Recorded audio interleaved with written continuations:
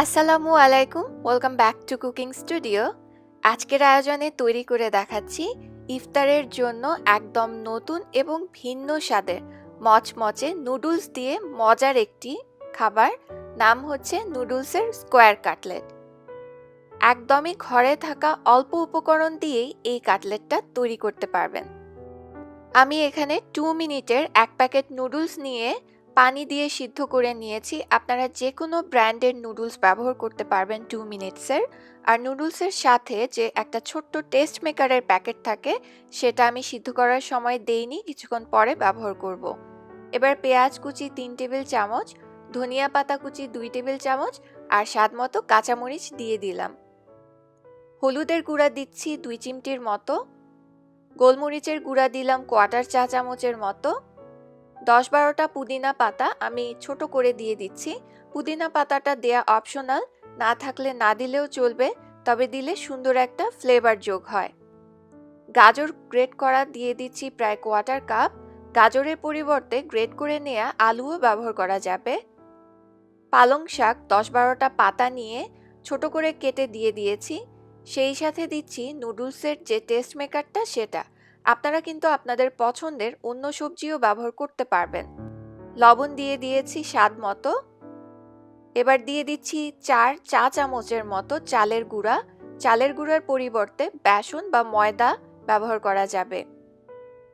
এখন সবকিছুকে মেখে নিচ্ছি। প্রথমে মনে হতে পারে যে এগুলো একটু ঝরঝরে হয়ে আছে, মাখানো যাচ্ছে না, কিন্তু নুডলসটা একটু সফট করে যদি সিদ্ধ করেন, দেখবেন সব কিছুই খুব সুন্দরভাবে মেখে নিতে পারবেন। ঠিক এরকম ভর্তা টাইপ হয়ে যাবে। তারপরেও যদি বেশি রাফ হয়ে থাকে, সেই ক্ষেত্রে আপনারা এর মধ্যে সামান্য 1-2 টেবিল চামচ পানি মিশিয়ে নিতে পারেন। এবার আমি হাতে একটুখানি তেল নিয়েছি, তেলটাকে মেখে নিচ্ছি। এতে করে নুডলসের কাটলেটগুলো তৈরি করতে সহজ হবে। আর কাটলেটের মিশ্রণটা কিন্তু একটুখানি আঠালোই থাকবে, তাই এটা নিয়ে ভয় পাওয়ার কিচ্ছু নেই। এবার আমি কাটলেটগুলোকে শেপ দিয়ে নিচ্ছি। আমি প্রথমে গোল করে নিয়ে 2 হাতের মাঝে নিয়ে চাপ দিয়ে এটাকে টিকিয়ার মতো শেপ দিয়ে নিয়েছি। এবার সাইডগুলোকে চেপে চেপে আমি এটাকে স্কোয়ার করে নিচ্ছি। আপনারা কিন্তু পছন্দের অন্য শেপেও রাখতে পারেন। এভাবে করে সবগুলো তৈরি করে নিতে হবে। এবার আমি একটা মিশ্রণ তৈরি করব। এর জন্য 1/4 কাপের মতো নিয়ে নিলাম ময়দা, সামান্য একটু লবণ দিচ্ছি স্বাদের জন্য। এবার নর্মাল পানি দিয়ে এটাকে গুলে নিচ্ছি। তুলনামূলকভাবে একটু পাতলা করে আর মসৃণ করেই গোলাতে হবে।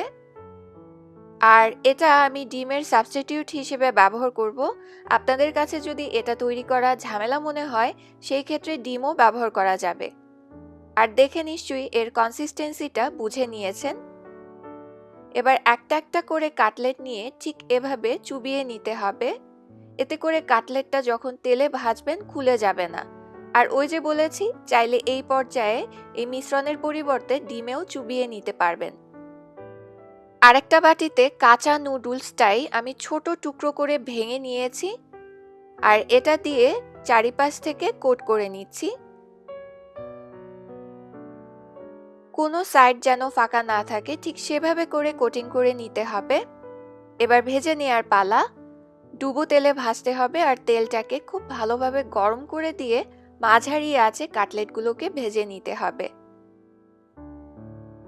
একটু সময় নিয়ে ভাজবেন, তাহলে নুডলসের যে আবরণটা বাইরের দিকে আছে, এটা অনেক ক্রাঞ্চি হয় এবং সেই ক্ষেত্রে খেতেও অনেক মজার হয়।